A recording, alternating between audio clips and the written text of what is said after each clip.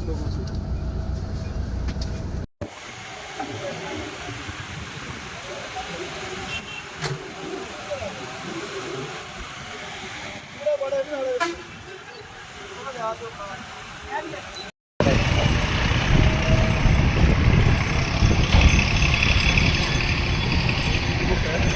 नहीं sir gas का चलेगा वो क्या है ना, तो क्या एक्स्ट्रा सवारी की दुकान खरीद की करें, थोड़ा जुर्माना करेगा इस्तेमाल